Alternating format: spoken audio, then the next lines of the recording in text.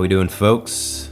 My name is Chris German. We have Nick beside me. We are with Gatekeeper Media, and we are bringing you the back six coverage of round 2 of the 2022 Clash at the Canyons. Number 6 here. Thank you, Patreon supporters, for supporting us here. As again, we had a rain delay, so we're just getting 13 holes in. So it's a little interesting as we're only playing the first 13, coming in with only 6 here on this back. Yeah, quite the interesting day for a tournament. It's the first time a tournament's ever been delayed that long for me. 2.5 hours was, I think, our final delay time. And here's our leaderboard we have so far today. Yeah, Chris really putting up a good front 9 there. Is able to tie himself up with Gannon. Dan, though, only 1 behind, whereas we're seeing some pretty good putting kind of right outside the circle. And we're going to get into hole number 8. It's 408 feet, it's downhill, and you're going to have the creek that runs on the right side. It's going to then come around the basket and run all the way out to the left. Today the creek is flowing pretty good, so it might even be considered inbounds in spots. Yeah, that's crazy to think. That water was really moving today with all the rain they got in. So this is looking like it needs to get down. Whoa. Oh, talk about some tree love. Yeah, wow.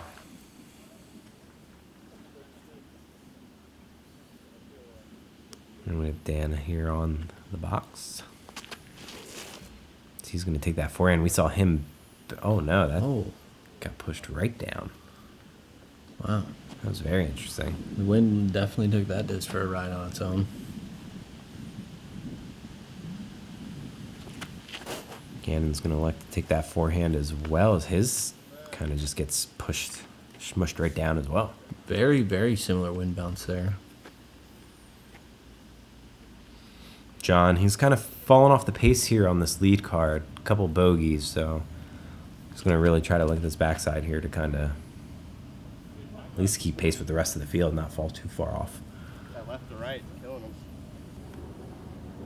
This is going to land down. So a lot of these guys just kind of drop. They're just going to lay up here.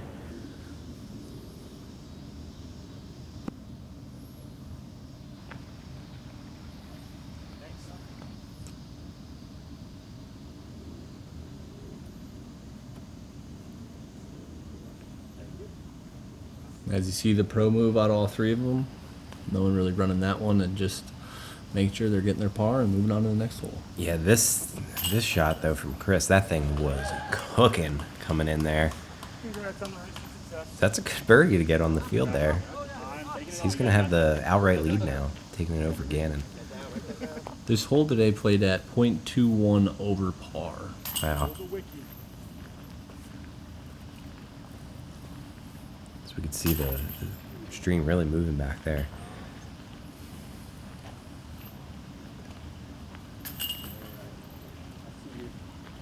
But clean card for everyone, no OB, so that's good to see. So we're going to move into hole 9. Yeah, hole 9 is a 338-foot par 3. Players are going to have the 2 gaps to go on. This gap that we're flying, or just on the other side of those trees you see. The creek is going to be on the left-hand side, running the entire length of the fairway. Yeah, it definitely comes into play if you do push this shot just a little too straight. Yeah. Hey, good shot. Go in the hole. Get in. Because that is looking beautiful. Wow. So he played that inside gap, and you saw it just skip right to the basket.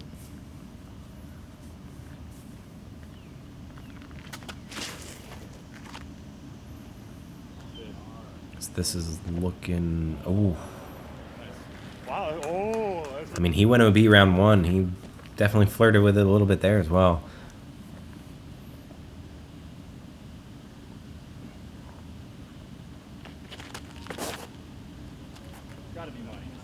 Gannon takes a little bit of a higher route.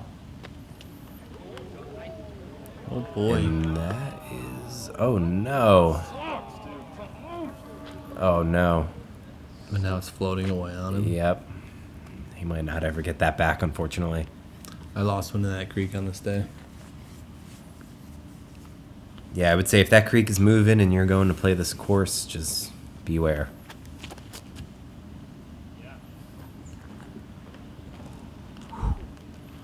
that was coming in pretty quick as well. Coming in quick, but it just kind of clipped these two middle trees here. They either try to go in front of or behind, and it's going to drop you about halfway down the fairway.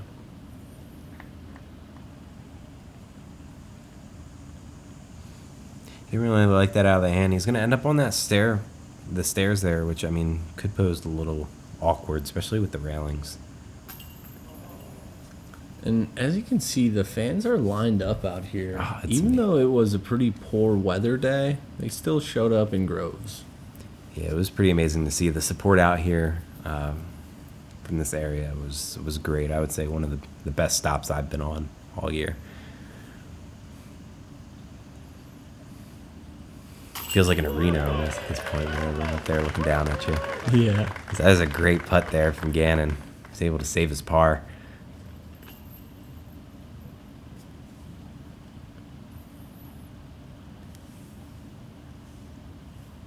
So he elects to kind of take as much as he could there in that full stance that he had.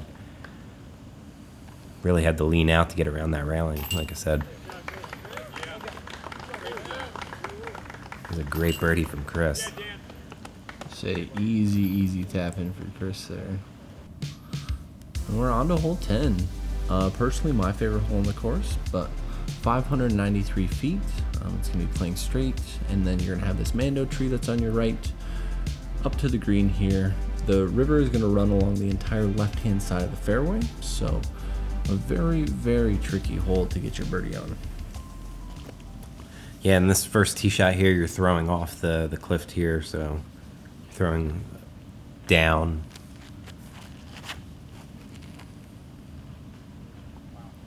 As that unfortunately kicks over there to left, and that's really worst case scenario there. Early and kicking down over left near that creek, going OB.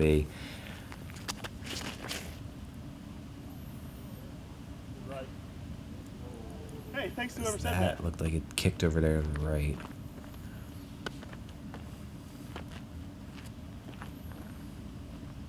Stan did miss the mando the first time, taking that forehand route.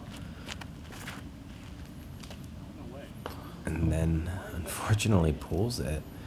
So Wow, he's going to be way short back there. Yeah, that's near the short tee pad. Kind of just came out and just flipped right over on him.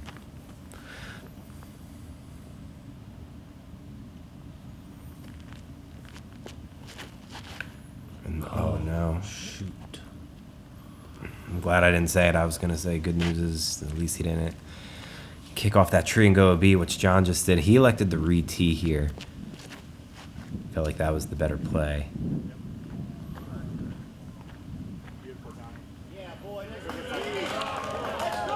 So not really anything great as progressing down the fairway from these guys, unfortunately. OB stroke, hitting early here. Dan kicking off the tree as well. Yeah, I would say it was a very good recovery from John, but he's still in a tough position to even get bogey. Yeah. This is a really tough lefty shot here for Chris. He's just going to end up having to play for par here. Yeah, he's making the smart move, almost throwing up to that drop zone there, as you can see, and hopefully going to be able to get his par. Yeah, like I thought, Dan definitely kicked over here to the right, which kind of, again, takes birdie out of consideration. Wow. Ooh. Yeah, that was close. Little home course love, or Yeah. home state love, maybe?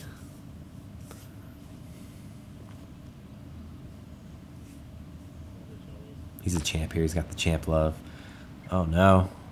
That gets down there, but Another one very that's close. Yeah, very touchy green here. Is that... Oh, no. Chris is now going to find the OB. Yeah, hole 10 did play as the hardest hole in the course today. No surprise there. And, all right, Dan's able to get up there. Should save his par.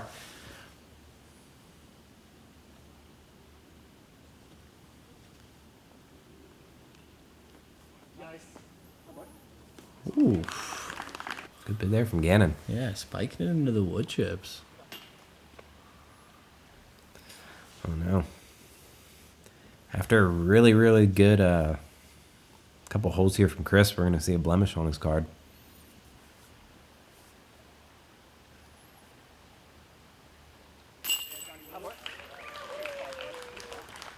It's a good putt from John after that early kick and going OB, like you said, go recovery shot. He's able to work his way up there.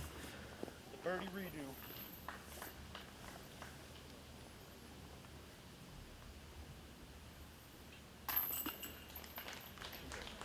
Dan is in as well as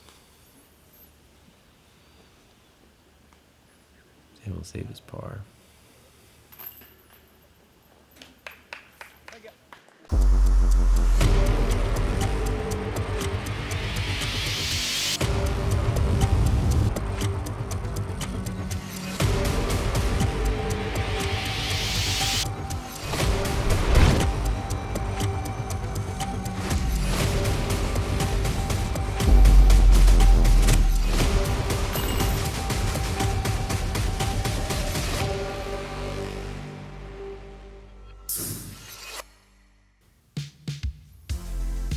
All right, hole 11 here, 258-foot par 3. One of the easiest holes on the course, I would say, for these players on our card today. This is going to be a must-get birdie. Throw the shot straight, and you're going to find yourself within the circle. Yeah, I think you said around one, wood chips are good. You find the wood chips here, and you're pumping for birdie.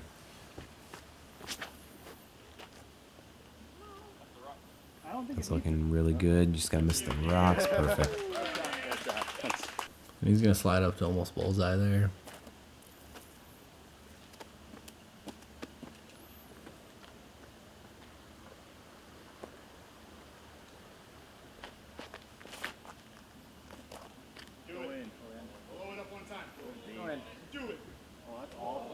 Wow. Oh, wow. He was really pushing that. That had really high flight to it. That was really high up there.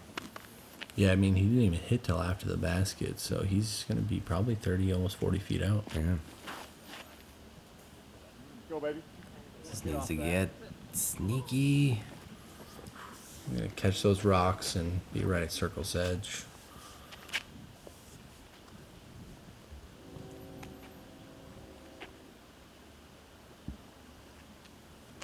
Just looking to bounce back is... Oh, no. So this was pretty interesting as well. He kicked all the way to the top of the hill. So that hillside, he's all the way up at the top of that hill up there. Oh, wow. So the way that it kicked, it just, the way it hit that hillside, it landed up there. We looked for a little bit for it. Dan actually found a disc that was the same mold as his disc. So he was like, oh, you threw this? He was like, yeah. And then he climbs up there and come to find out it was not Chris's disc, but it was the same mold. So I thought that was pretty funny, as Gannon unfortunately gonna miss that circle's edge putt. That's so wild. Yeah, the he's odds like, of that happening are so small. yeah, seriously. We ended up finding it though. It was at the top of the hill, but that was crazy. Some putting moves here from the card, from the edge of the circle.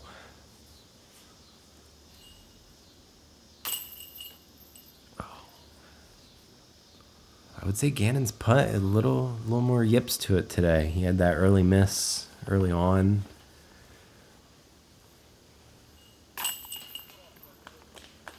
Chris is able to get in there. It's a good par save, being up on top of that hill after that kick. I mean, great par save. I think Gannon might have just rushed that last putt there and didn't really take his time after missing the birdie opportunity.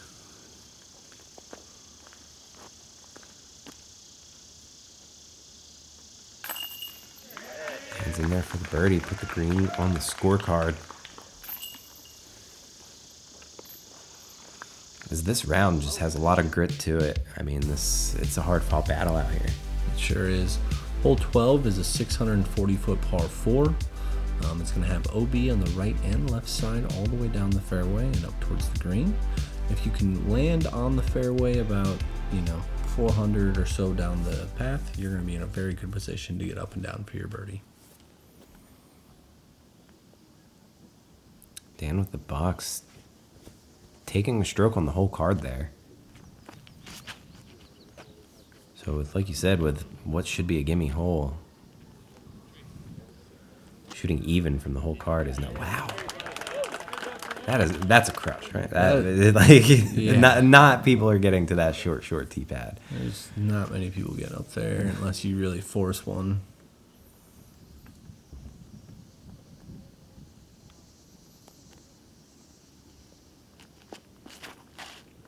I'd say the common play that people kind of do is this. Sometimes they kind of turn it over and you kind of end up in these trees, and that makes for a really tough approach. And I think he might have kicked OB there. Yeah, that.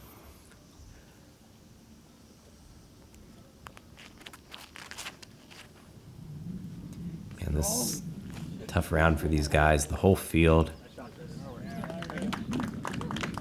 Good stock shot there from Chris. This is one of those shots that I think if you just throw a good 300-foot stock shot, you're going to be in a better position than trying to go like 400 and, having that slight miss and maybe being out of bounds off the tee on this hole. Yeah, again, I think just a lot of people just kind of overcook it a little bit, or they just kind of turn it over to this right side. Gannon had a tough time yesterday. Luckily, it looks like he's in a better spot, being kind of where the FPO tee pad is. But kind of a misfire there from him. Yeah, he's going to be in circle 2 or, at the back side of it. That needs to hook up around. Oh, that was looking pretty. Whew, I wanted to see that one finish.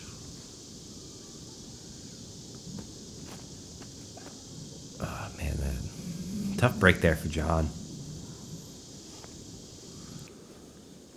So as you can see, it's a pretty tight angle there. This is crazy to end up over here and then to have that. Okay, approach. stayed in bounds though, thankfully. He's had a couple of those today where he was way up in front of the card and then just kind of had an errant upshot.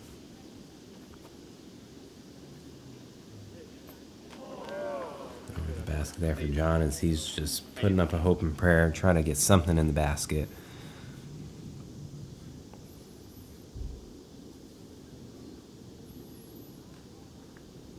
Dan not able to capitalize after getting down 3/4 of the fairway here.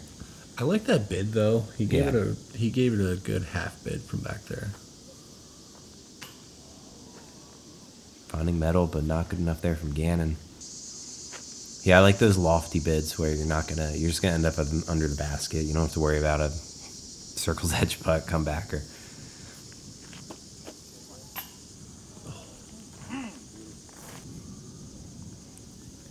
It's tough to not capitalize after that approach. Just unlucky, kind of catching that stone there from Chris. Not able to get the birdie.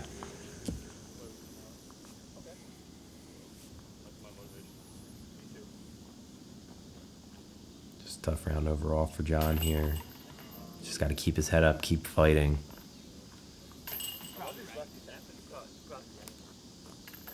Some cleanups, maybe a little lefty tap in there. We're under our final hole of the round today. Hole 13, a 665-foot par 4.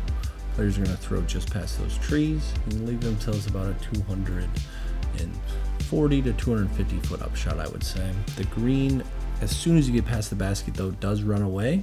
So you're going to want to skip up to the basket and not, fly to the basket, I would say.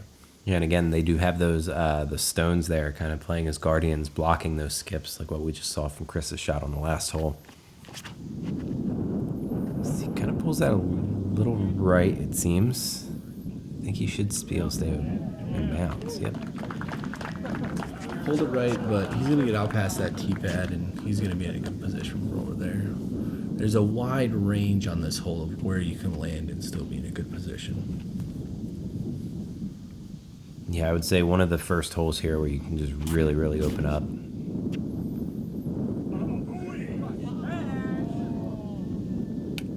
That is a crush of a forehand. It's just so easy and casual. Yeah, it looks effortless for him. Amazing distance there from Chris. Very sneaky forehand distance.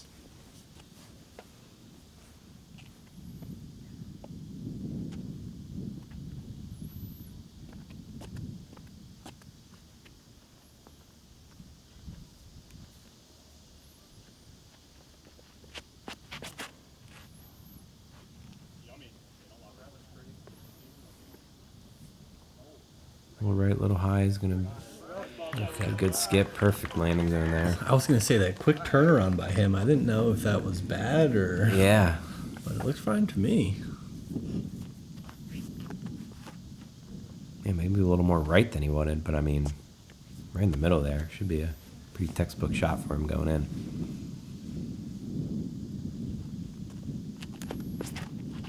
Yeah, I like this hole because depending on where you throw your first, it really sets you up for what you want to throw on your second shot. You can kind of take like go over here to the left, and then you have kind of like a hyzer shot, and then different shot here from Dan.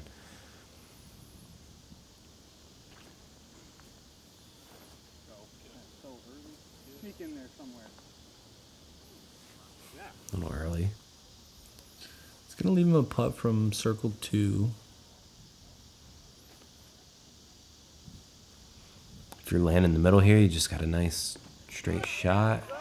Very textbook from Gannon. Great shot from Gannon. And honestly, looking at it again, I think those rocks and tree might have helped Dan on that skip there at least. From skipping into the bushes.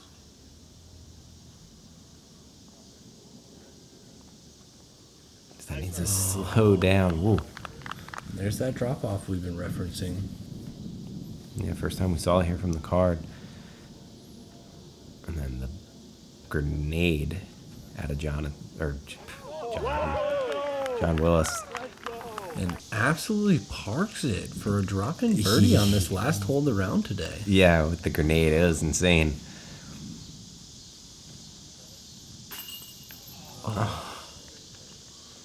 Little low, little outside. He's not able to stick in the basket. Wow, Chris actually got pretty lucky to not go all the way down this hill. I think maybe just because the mud was, sticky today instead of how it's been lately where it was very dry. Yeah, because I saw a couple of people end up way down there, and you're basically where 14's tee box is, so you're not really getting a look or a putt there. Hey, birdie's birdie.